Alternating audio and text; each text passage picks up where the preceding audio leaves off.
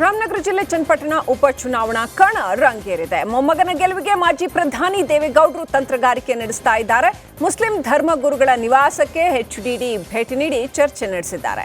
ಅಖಿಲ್ ಶಾ ಖಾದ್ರಿ ದರ್ಗಾದ ಧರ್ಮಗುರು ಸೈಯದ್ ಮಸನ್ ಶಾ ಖಾದ್ರಿ ಜೊತೆ ದೊಡ್ಡಗೌಡರು ಮಾತುಕತೆ ನಡೆಸಿದ್ರು. ನಿರ್ಣಾಯಕ ಮುಸ್ಲಿಂ ಮತ ಸೆಳೆಯುವುದಕ್ಕೆ ದೇವೇಗೌಡರು ಪ್ಲಾನ್ ಮಾಡಿದ್ದಾರೆ. ಸೇರಿ ಇಲ್ಲಿ ಆಗಿರುವ ಅನ್ಯಾಯ ಏನಿದೆ, ನಿಜವಾದಂಥ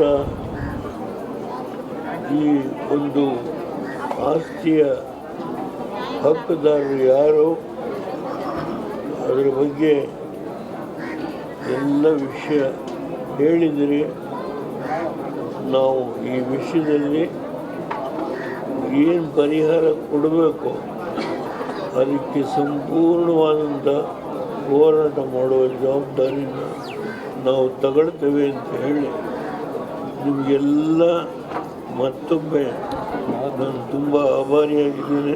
ನಾವೆಲ್ಲರೂ ಸೇರಿ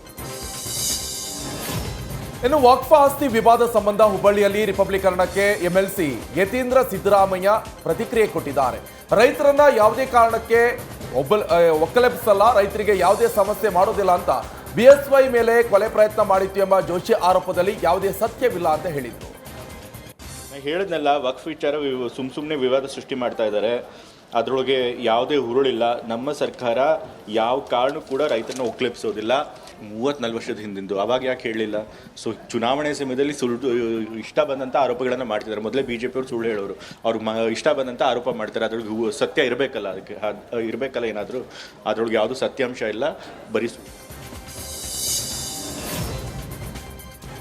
ಬಳ್ಳಾರಿಯ ಸಂಡೂರು ಉಪಕದನದ ಕಾವು ರಂಗೇರಿದೆ. ಸಂಡೂರಲ್ಲಿ ಶಾಸಕ ಜನಾರ್ದನ್ ರೆಡ್ಡಿ ರಿಪಬ್ಲಿಕನ್ನರ ಜೊತೆ ಮಾತನಾಡಿದ್ದಾರೆ. ಸೋನಿಯಾ ಗಾಂಧಿ, ರಾಹುಲ್ ಗಾಂಧಿ ಯುಪಿಎ ಸರ್ಕಾರಕ್ಕೆ ಹೆದರಿಲ್ಲ, ಇನ್ನು ಸಿದ್ದರಾಮಯ್ಯಗೆ ಹೆದರ್ತೀವಾ ಅಂತ ಪ್ರಶ್ನೆ ಮಾಡಿದ್ದಾರೆ. ನನಗೆ ಕ್ರಿಮಿನಲ್ ಅನ್ನೋ ಸಿದ್ದರಾಮಯ್ಯ ಅವರ ಮೇಲೂ ಕ್ರಿಮಿನಲ್ ಪ್ರಕರಣ ಇದೆ, ಅವರು ಮೂಡಾ ಪ್ರಕರಣದಲ್ಲಿ ಆರೋಪಿಯಾಗಿಲ್ವಾ ಅಂತ ಕಿಡಿಕಾರಿದ್ರು. ಸಿದ್ದರಾಮಯ್ಯ ಅವರು ದಿಢೀರಂತ ಇಲ್ಲಿಗೆ ಬಂದು ಒಂದು ದಿನ ಪ್ರಚಾರ ಅಂತೇಳಿ 3 ದಿನಗಳು ಇಲ್ಲೇ ಇದ್ದು ನನ್ನ ಬಗ್ಗೆ ಇವತ್ತು ಇಲ್ಲ ಸಲ್ಲದ ಮಾತುಗಳೇನು ಮಾತಾಡ್ತಾ ಇದ್ದಾರೆ ಅದು ಅವರ ವಿವೇಚನೆಗೆ ನಾನು ಬಿಡ್ತಾ ಇದ್ದೀನಿ. ನಾನು ಯಾಕೆಂದರೆ ಜನರಲ್ಲಿ ನಮಗಷ್ಟು ಸಮಯನೂ ಇಲ್ಲ ಅವ್ರ ಬಗ್ಗೆ ಯೋಚನೆ ಮಾಡಿ ಮಾತಾಡೋದಕ್ಕೆ. ಅವ್ರದ್ದೇನು ಕಾಲ ಮುಗಿದೋಯ್ತಿಲ್ಲ, ಕೊನೆ ಹಂತಕ್ಕೆ ತಲುಪಿದ್ದಾರೆ ಅವರು. ನಮಗೆ ಬೇಕಾಗಿರೋದು ಜಿಲ್ಲೆ ಅಭಿವೃದ್ಧಿ, ಸಂಡೂರು ಅಭಿವೃದ್ಧಿ. ಸೊ ಹಾಗಾಗಿ ನಾನು ಅವರ ಯಾವುದೇ ಮಾತುಗಳು ಕೂಡ ನಾನು ಕಿಮ್ಮತ್ತನ್ನು ಕೊಡ್ತಾ ಇಲ್ಲ. ನಾನು ಜನರು ನನ್ನನ್ನು ಪ್ರೀತಿಯಿಂದ ಒಂದು ನಂಬಿಕೆ ವಿಶ್ವಾಸದಲ್ಲಿ ಜನಾರ್ದನ್ ರೆಡ್ಡಿ ಒಂದು ಮಾತನ್ನು ಹೇಳಿದರೆ ಮಾತನ್ನು ಉಳಿಸ್ಕೊತಾರೆ, ನಡೆಸ್ಕೊತಾರೆ ಅಂತೇಳಿ ಏನು ನಮ್ಮ ಪರವಾಗಿ ಭಾರತೀಯ ಜನತಾ ಪಕ್ಷದ ಪರವಾಗಿ ಒಲವನ್ನು ತೋರಿಸ್ತಾ ಇದ್ದಾರೆ. ಅದಕ್ಕೆ ಸಿದ್ದರಾಮಯ್ಯನವರು ಭಯಭೀತರಾಗಿ ನನ್ನ ಹೆಸರನ್ನೇ ಅವರು ಜಪ ಮಾಡ್ತಾ ಇದ್ದಾರೆ. ಬಳ್ಳಾರಿ ಜಿಲ್ಲೆಯಲ್ಲಿ ಸನ್ಮಾನ್ಯ ಯಡಿಯೂರಪ್ಪ ಅವರ ಆಶೀರ್ವಾದದಿಂದ 6,000 ಕೋಟಿ ಅಭಿವೃದ್ಧಿ ಕೆಲಸಗಳನ್ನ ಮಾಡಿದ್ದು ಜನಾರ್ದನ್ ರೆಡ್ಡಿ. ಹಾಗಾಗಿ ಇವತ್ತು ಅವ್ರಿಗೆ ಏನಾಗ್ಬಿಟ್ಟಿದೆ, ಇವತ್ತು ಅವರು ಕ್ರಿಮಿನಲ್ಲೇ. ಅವರು ED ಪ್ರಕರಣದಲ್ಲಿ A1 ಆಗಿದ್ದಾರೆ, ಅದೇ ಒಂದು ರೀತಿಯಲ್ಲಿ ಲೋಕಾಯುಕ್ತ ಪ್ರಕರಣದಲ್ಲಿ A1 ಆಗಿದ್ದಾರೆ. ಕೊರೋನಾ ವೇಳೆ ನಡೆದ ಭ್ರಷ್ಟಾಚಾರ ವಿಚಾರ. ಬಳ್ಳಾರಿಯ ಸಂಡೂರು ಉಪಕದನದ ಕಾವು ರಂಗೇರಿದೆ. ಸಂಡೂರಲ್ಲಿ ಶಾಸಕ ಜನಾರ್ದನ್ ರೆಡ್ಡಿ ರಿಪಬ್ಲಿಕನ್ನರ ಜೊತೆ ಮಾತನಾಡಿದ್ದಾರೆ. ಸೋನಿಯಾ ಗಾಂಧಿ, ರಾಹುಲ್ ಗಾಂಧಿ ಯುಪಿಎ ಸರ್ಕಾರಕ್ಕೆ ಹೆದರಿಲ್ಲ, ಇನ್ನು ಸಿದ್ದರಾಮಯ್ಯಗೆ ಹೆದರ್ತೀವಾ ಅಂತ ಪ್ರಶ್ನೆ ಮಾಡಿದ್ದಾರೆ. ನನಗೆ ಕ್ರಿಮಿನಲ್ ಅನ್ನೋ ಸಿದ್ದರಾಮಯ್ಯ ಅವರ ಮೇಲೂ ಕ್ರಿಮಿನಲ್ ಪ್ರಕರಣ ಇದೆ, ಅವರು ಮೂಡಾ ಪ್ರಕರಣದಲ್ಲಿ ಆರೋಪಿಯಾಗಿಲ್ವಾ ಅಂತ ಕಿಡಿಕಾರಿದ್ರು. ಸಿದ್ದರಾಮಯ್ಯ ಅವರು ದಿಢೀರಂತ ಇಲ್ಲಿಗೆ ಬಂದು ಒಂದು ದಿನ ಪ್ರಚಾರ ಅಂತೇಳಿ 3 ದಿನಗಳು ಇಲ್ಲೇ ಇದ್ದು ನನ್ನ ಬಗ್ಗೆ ಇವತ್ತು ಇಲ್ಲ ಸಲ್ಲದ ಮಾತುಗಳೇನು ಮಾತಾಡ್ತಾ ಇದ್ದಾರೆ ಅದು ಅವರ ವಿವೇಚನೆಗೆ ನಾನು ಬಿಡ್ತಾ ಇದ್ದೀನಿ. ನಾನು ಯಾಕೆಂದರೆ ಜನರಲ್ಲಿ ನಮಗಷ್ಟು ಸಮಯನೂ ಇಲ್ಲ ಅವ್ರ ಬಗ್ಗೆ ಯೋಚನೆ ಮಾಡಿ ಮಾತಾಡೋದಕ್ಕೆ. ಅವ್ರದ್ದೇನು ಕಾಲ ಮುಗಿದೋಯ್ತಿಲ್ಲ, ಕೊನೆ ಹಂತಕ್ಕೆ ತಲುಪಿದ್ದಾರೆ ಅವರು. ನಮಗೆ ಬೇಕಾಗಿರೋದು ಜಿಲ್ಲೆ ಅಭಿವೃದ್ಧಿ, ಸಂಡೂರು ಅಭಿವೃದ್ಧಿ.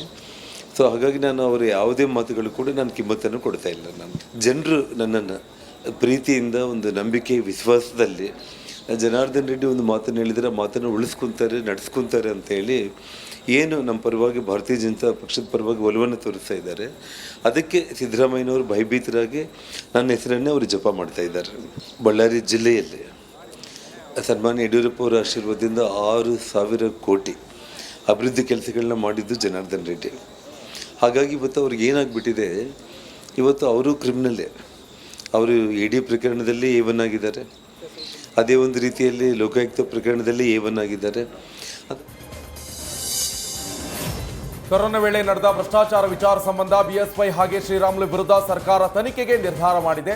ಈ ವಿಚಾರಕ್ಕೆ ಚಿಕ್ಕಮಗಳೂರಿನಲ್ಲಿ ಸರ್ಕಾರದ ವಿರುದ್ಧ ಸಿಟಿ ರವಿ ಕಿಡಿಕಾರಿದ್ದಾರೆ. ಕಾಂಗ್ರೆಸ್ ಅವರು ಈಗ ತನಿಖೆಗೆ ನಿರ್ಧರಿಸುತ್ತಿದ್ದಾರೆ. ಇವರೇನು 1.5 ವರ್ಷದಿಂದ ಏನು ಕಡಲೆಕಾಯಿ ತಿಂತ ಇದ್ದಾರೆ ಅಂತ ಪ್ರಶ್ನೆ ಮಾಡಿದ್ರು. ಸಿಎಂ ಮೇಲೆ ಭ್ರಷ್ಟಾಚಾರದ ಆರೋಪ ಇದೆ, ಅವರೇ ಲೋಕಾಯುಕ್ತ ತನಿಖೆಯಲ್ಲಿ A1 ಇದ್ದಾರೆ, ಮೊದಲು ಅವರು ರಾಜೀನಾಮೆ ಕೊಡ್ಲಿ ಅಂತ ಹೇಳಿದ್ದಾರೆ.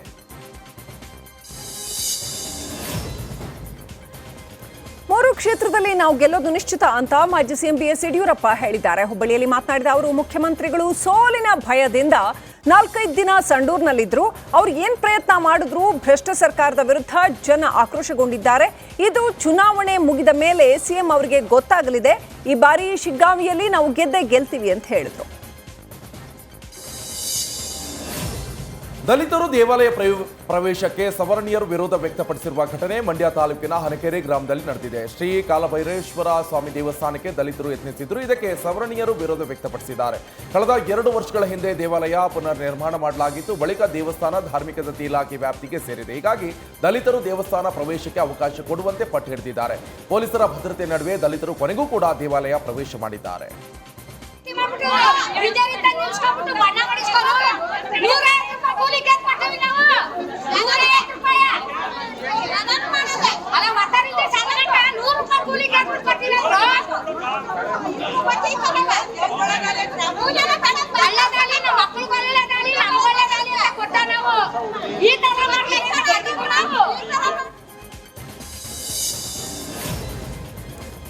ಇನ್ನು ಪೊಲೀಸರ ಭದ್ರತೆಯಲ್ಲಿ ದಲಿತರು ದೇವಾಲಯ ಪ್ರವೇಶಿಸಿ ದೇವರಿಗೆ ಪೂಜೆ ಸಲ್ಲಿಸಿದ್ದಾರೆ. ಇದಕ್ಕೆ ಸವರ್ಣೀಯರು ಅಸಮಾಧಾನ ವ್ಯಕ್ತಪಡಿಸಿದ್ದು, ಸವರ್ಣೀಯರು ದೇವಾಲಯದ ಒಳನುಗ್ಗಿ ಉತ್ಸವ ಮೂರ್ತಿ ಹೊರತಂದು ಆಕ್ರೋಶ ವ್ಯಕ್ತಪಡಿಸಿದ್ದಾರೆ.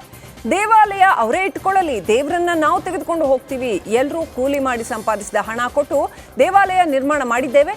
ಈಗ ಏಕಾಏಕಿ ನಮ್ಮ ಸಂಪ್ರದಾಯ ಮುರಿದರೆ ಹೇಗೆ ಅಂತ ಆಕ್ರೋಶ ವ್ಯಕ್ತಪಡಿಸಿದರು.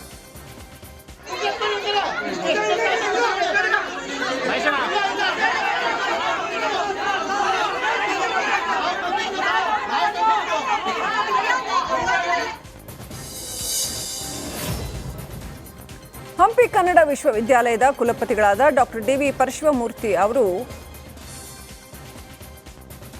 ದಾವಣಗೆರೆ ಶಾಸನ ಶಿಲ್ಪವನ್ನು ಶೋಧಿಸಿದ್ದಾರೆ. ದಾವಣಗೆರೆ ಜಿಲ್ಲೆ ಹರಿಹರ ತಾಲೂಕಿನ ಚಿಕ್ಕಬಿದರೆ ಗ್ರಾಮದಲ್ಲಿ 12ನೇ ಶತಮಾನದ ವಿಶೇಷ ಮಹಾಸತಿ ಶಾಸಕ